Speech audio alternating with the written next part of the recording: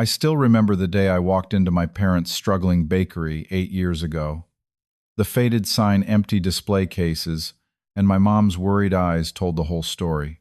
With my business degree gathering dust, I rolled up my sleeves and promised to save our family legacy. Countless sleepless nights and innovative strategies later, I secured an $8 million investment that would catapult us nationally. At our celebration dinner, my mother squeezed my hand and whispered words that shattered everything. "Your brother will make a better CEO, dear." I maintained my composure, but Monday morning they learned what I was truly made of. Before we dive into this story, let me know where you are watching from today. Hit that like button and subscribe if you have ever felt undervalued despite your hard work. Trust me, what happened next changed my entire family dynamic forever. The story of how I ended up saving my parents' bakery begins long before that investment. Growing up in Portland, my childhood was filled with the aroma of fresh bread and pastries from our family bakery. My father, James, started Porter's Bakery before I was born, working alongside my mother, Martha, to build a modest but respected local business. For 25 years, they poured their hearts into creating traditional recipes that earned us loyal customers throughout the neighborhood. My younger brother, Adam, was always the apple of my parents' eyes. 3 years my junior, he had a natural charm that won everyone over, including our parents. While I was the serious, studious type who spent weekends learning the business from the ground up, Adam was the social butterfly who occasionally helped at the front counter, charming customers with his quick wit and infectious smile. Our parents never failed to praise his minimal contributions while treating my dedicated efforts as merely expected. After high school, I pursued a business degree with a focus on marketing and brand development. The day I graduated, my father patted my shoulder and said, "Now you can help with the bakery books," while the same week Adam got a new car for simply passing his exams.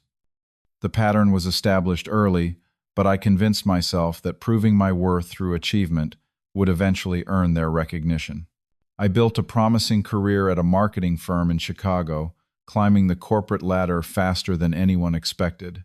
My apartment overlooked Lake Michigan, and my future seemed destined for corporate success, far from the flour-dusted counters of our family bakery.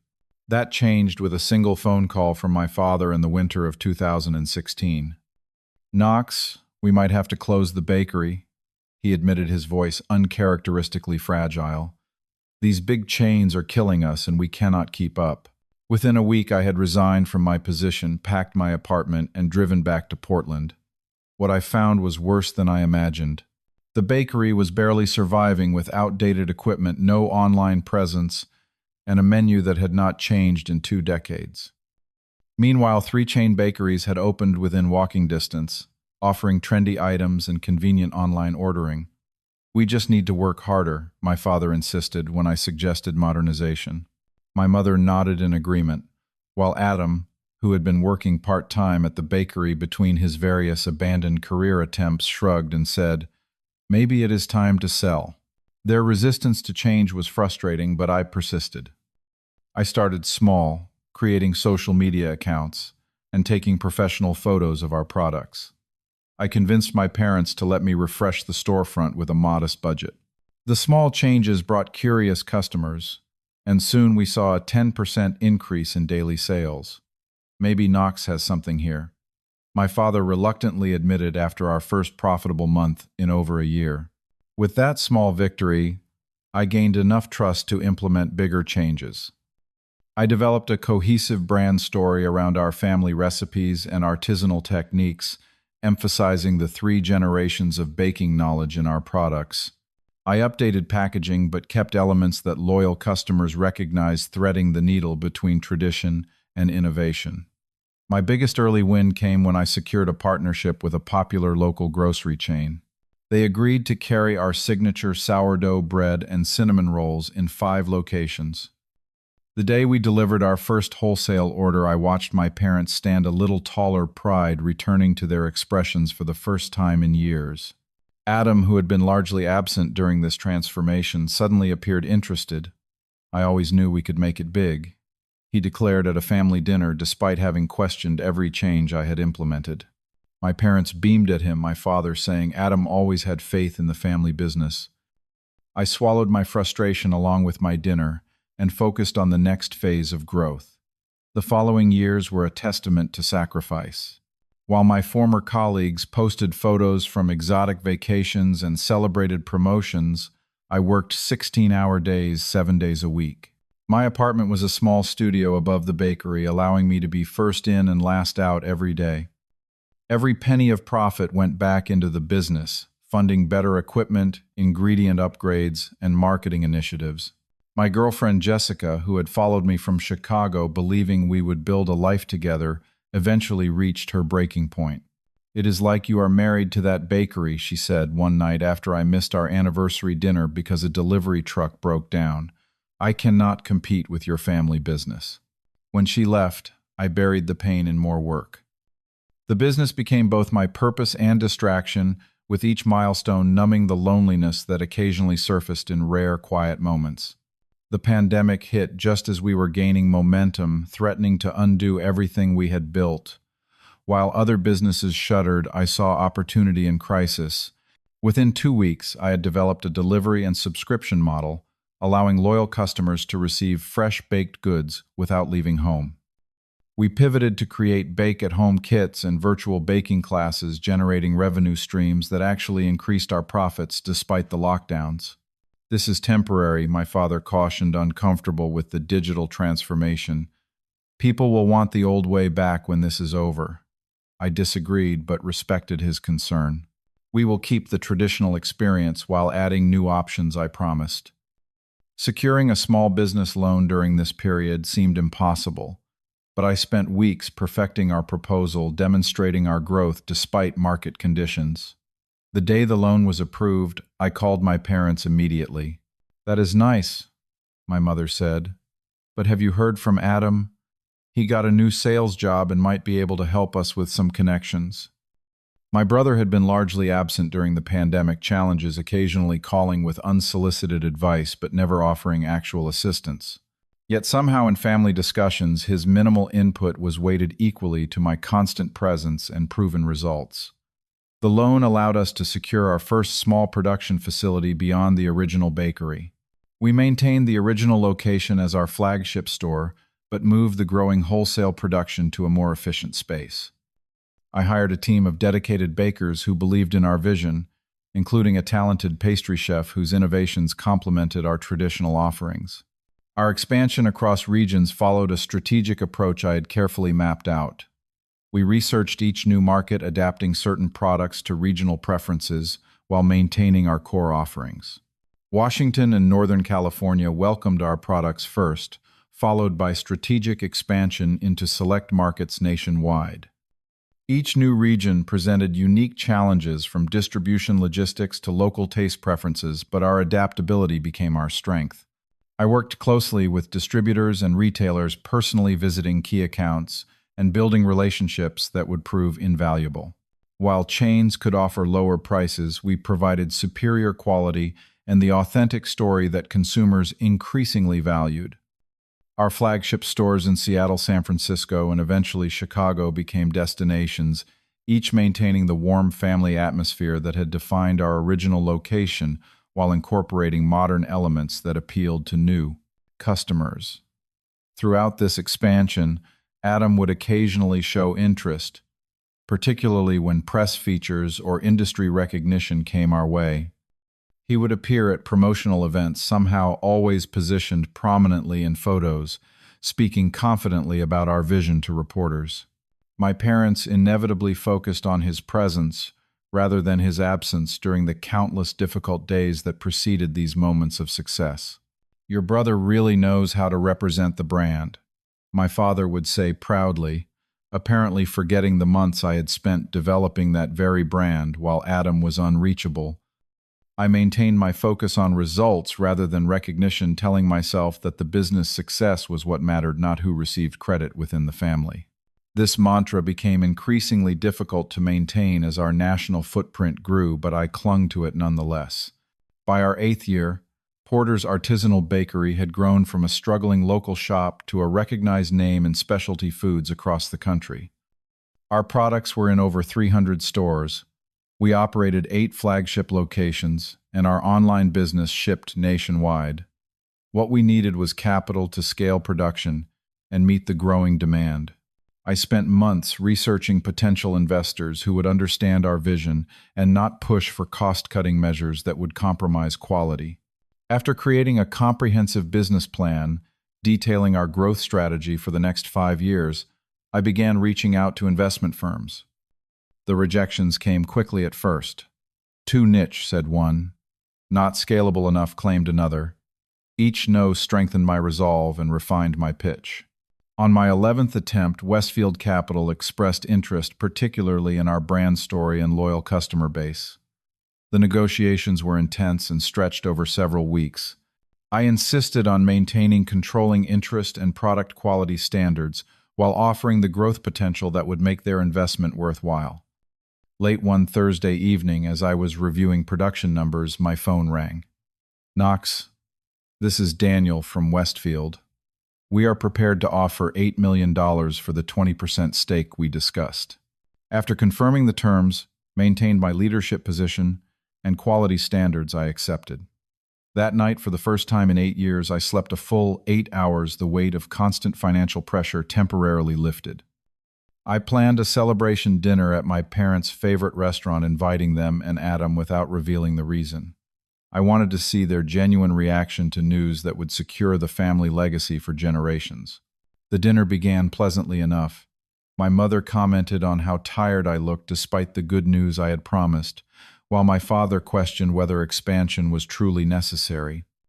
Adam arrived 30 minutes late, making a show of apologizing while subtly reminding everyone of his supposedly important meeting that had caused his delay. When the champagne arrived, I shared the news of the investment and outlined the expansion plans it would fund. There was a moment of stunned silence before my father broke into a broad smile. $8 million. For our little bakery, he asked incredulously. My mother clasped her hands together, tears forming. I cannot believe it, she whispered. Adam's reaction was more measured, his smile not quite reaching his eyes. Great job, big brother, he said, raising his glass. I always told you my ideas about expansion would pay off.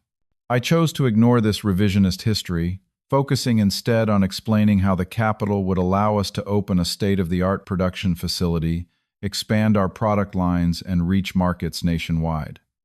As I outlined the growth strategy, I noticed my mother's expression shifting from joy to something more complex.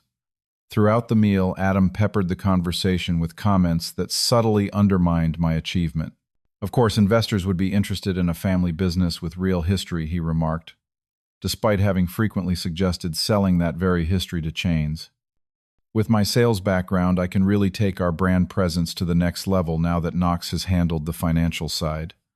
My parents nodded along my father, adding, Adam has always had such people skills. That will be invaluable as we grow. I maintained my composure, reminding myself that this moment was about the business achievement, not family dynamics. As dessert arrived, my mother reached for my hand across the table, squeezing it gently. Knox, darling, this is wonderful news, she said softly, then leaned closer and whispered, but remember, your brother will make a better CEO, dear. He has the personality for leadership that you have always lacked. The words hit like a physical blow, but years of business negotiations had taught me to keep my expression neutral despite internal turmoil. I smiled, squeezing her hand in return, before withdrawing mine to reach for my water glass, needing a moment to compose myself. The remainder of dinner passed in a blur of congratulatory comments and Adam's increasingly bold statements about our next steps. I drove home in silence, her words replaying in an endless loop. 8 years of sacrifice, innovation, and proven results. Yet somehow, in my mother's eyes, my charismatic but unreliable brother remained better suited to lead. That night, rather than giving in to hurt and anger, I approached the situation as I would any business challenge. I reviewed the legal structure of the company. I had rebuilt the terms of the investment that specifically named me as CEO and the documented history of contributions and results that had brought us to this point. By Sunday night, I had formulated a plan that would address the situation professionally rather than emotionally. This would not be about family feelings, but business realities. Monday morning arrived with the clarity that follows difficult decisions. I scheduled a formal board meeting at the headquarters inviting my parents Adam and our key team members.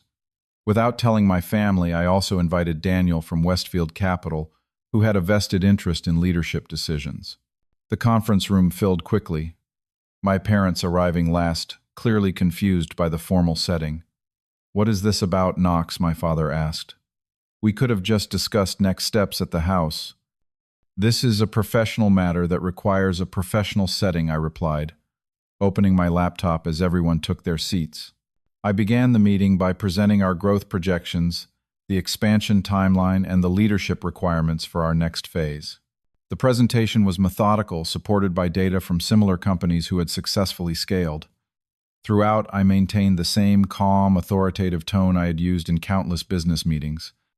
As we move forward with Westfield's investment, I concluded we need a clear leadership structure based on expertise and proven results. Which brings me to the purpose of today's meeting. The room grew quiet as I displayed a slide showing the organizational chart I proposed with myself as CEO, our experienced CFO maintaining her role, and newly created positions that would strengthen our executive team. "Knox, where is Adam in this structure?" my mother interrupted, her voice tense. "That is exactly what we need to discuss," I replied. I then turned to address my brother directly. "Adam, in the 8 years since I returned to save the family business, you have worked a total of 14 months cumulatively based on payroll records. You have proposed 23 initiatives, none of which included implementation plans. You have represented the company at events when convenient but have not participated in the daily work that built our success." Adam's face flushed with anger. "That is not fair. I have been supportive all along. Tell him, Mom." Before she could respond, Daniel from Westfield spoke up. "Our investment is specifically predicated on Knox's continued leadership. His track record and vision are what convinced us to invest. Any leadership change would require our approval and would likely trigger a reevaluation of terms." My mother's expression shifted from indignation to concern. "But family businesses are different. Adam has always been meant to take a leadership role. Knox is too quiet, too detail-oriented. Adam has the personality to be the face of the company." "Mrs. Porter," Daniel replied kindly but firmly, "in our experience, family businesses succeed when they place the right talents in the right positions regardless of family expectations. Knox has demonstrated exceptional leadership through results." I used this opening to address my mother's comment from the celebration dinner directly but professionally. "Mom, at dinner you said Adam would make a better CEO. I respect that you have always seen certain strengths in him that you do not see in me. But a CEO is judged by results, not personality. The results speak for themselves." I displayed a split screen of the company metrics from before my return, and the current numbers, the growth undeniable. Then I showed a timeline of major company milestones alongside a record of who was actively working during each achievement. The room fell silent as the evidence made its case more effectively than emotional arguments ever could. My father stared at the screen, then at Adam, something shifting in his expression. Surprisingly, it was Adam who broke the silence. "He is right," he admitted, shocking everyone. "I have always wanted the recognition without the work. Knox built this while I swooped in for the glamorous parts." He turned to me, genuine remorse in his expression for perhaps the first time. "I am not CEO material. At least not yet. I have not earned it." My parents looked stunned, my mother especially struggling to reconcile her perception with the reality now laid bare before her. "This does not mean there is no place for family." I continued, softening my tone. "Adam has genuine talents that could benefit us in the right role." I outlined a position that would leverage his social skills and sales ability while providing the structure and accountability he needed to succeed. But it must come with commitment and performance metrics like any other position. My father cleared his throat. "Knox, it seems we have undervalued your contributions while overestimating others. I owe you an apology for that." My mother remained silent, her worldview visibly shaken. The meeting concluded with unanimous approval of the organizational structure I had proposed, including Adam's conditional new role and clear performance expectations for all positions. As the room emptied, my mother lingered behind. I always thought leadership meant being like your father and Adam, she said quietly. Outgoing, charismatic. I failed to see that you were leading all along, just differently. Different does not mean less effective, I replied gently. Results matter more than style. She nodded, her eyes dampening. I am sorry, Knox. Truly. That conversation marked the beginning of a transformation both for our company and our family. The $8 million investment launched us into a new era of growth. Within a year, Porter's artisanal bakery had expanded to nationwide distribution, our products appearing in premium grocery stores across all 50 states. Our production facility became a model of efficiency while maintaining the quality standards that had built our reputation. The professional executive team I assembled brought expertise in areas we had previously handled through determination rather than experience. Our new CMO elevated our marketing strategy. Our operations director streamlined our processes, and our product development team created innovative offerings that honored traditional techniques while appealing to contemporary tastes. Adam, to everyone's surprise, including his own, thrived in his role as brand ambassador. With clear expectations and regular feedback, he channeled his natural charisma into productive relationships with key retail partners. For the first time, he experienced the satisfaction of genuine contribution rather than superficial recognition. My relationship with my parents evolved as well. My father began asking my advice not just on business matters but personal ones, a reversal of our lifetime dynamic that felt both strange and validating. My mother, after her initial struggle to recalibrate her perceptions, became my most loyal defender, quick to highlight my achievements to others. Perhaps most significantly, I reconnected with Jessica after she reached out upon seeing a feature about our expansion in a business magazine. Our reconciliation began as friendship, both of us older and wiser about what truly mattered. As months passed, it evolved into a deeper connection than we had shared before, balanced by the life boundaries I now maintained. Work remained important, but no longer all-consuming. 1 year after the investment, we held another family dinner, this time at my newly purchased home with Jessica by my side. As we shared a meal prepared together, the conversation flowed naturally, free from the undercurrents of competition and favoritism that had previously defined our gatherings. I never imagined we could be here, my mother commented, looking around the table. Not just the business success, but this feeling between us all. It took honesty, my father added. Painful but necessary honesty, Adam raised his glass, and a brother who never gave up on any of us even when he had every right to. The company continues to thrive beyond what any of us imagined possible from that struggling neighborhood bakery. But the true success story is not measured in revenue or market share.